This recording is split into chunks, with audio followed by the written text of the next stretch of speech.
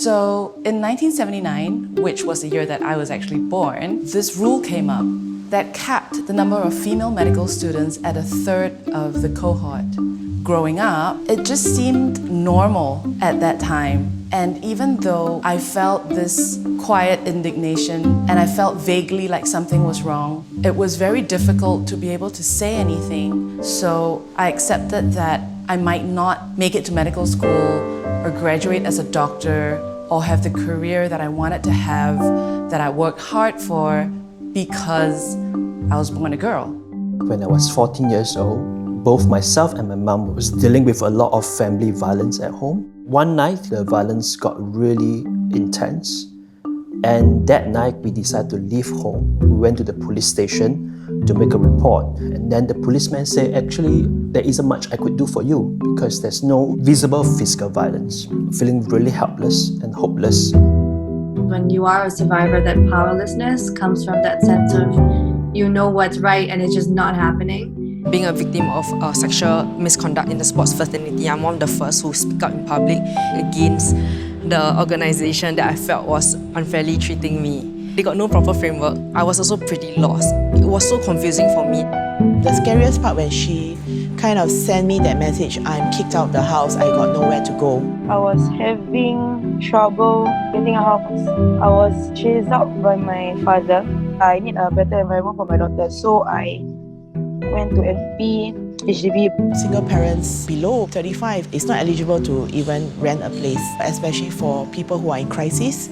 They will even need more support, and systems are barriers instead of complementing or supporting them in this journey, which I think is something we need to change. Change is hard. It took a very long time for change to happen.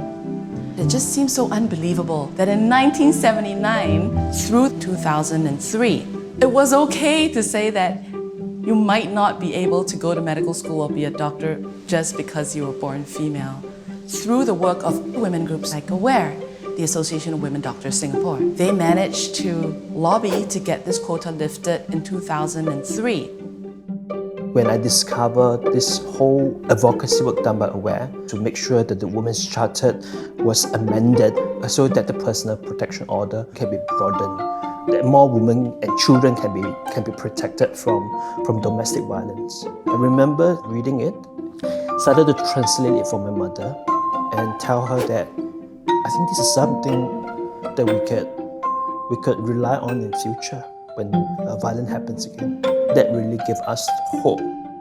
One of the main reasons that people who I connect with are scared to report or scared to talk about what's happened to them is that they don't trust the systems around us or that they'll be treated properly. SACC, it's one of few safe spaces where you will be told, I believe you, where you will be told that there are actual options. SACC has been genuinely a lifesaver. When AWARE asked me to share my story, to do research, the background, they listened and they tried to put themselves in our shoes, you know. So I like how they do the research process. So the impact is there, you know, because we go through it, we feel it. With AWARE helping me to know what are my rights that I can fight against for my own case, now they have empowered me to be able to fight for better procedures and policies inside the sports scene. So I'm very happy for that. I really appreciate that for AWARE, they did a lot of listening to the voice of those who are invisible, those who are not heard, putting that 35 years to advocate and let the voice of women be heard.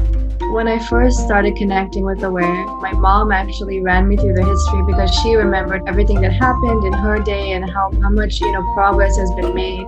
Each milestone that you reach is worth celebrating, and each milestone is worth building upon. It's about the bigger idea about gender equality. You've made noise, make a bigger noise. You've instituted change. Institute bigger change. Keep going and keep doing what you're doing because we're all behind you.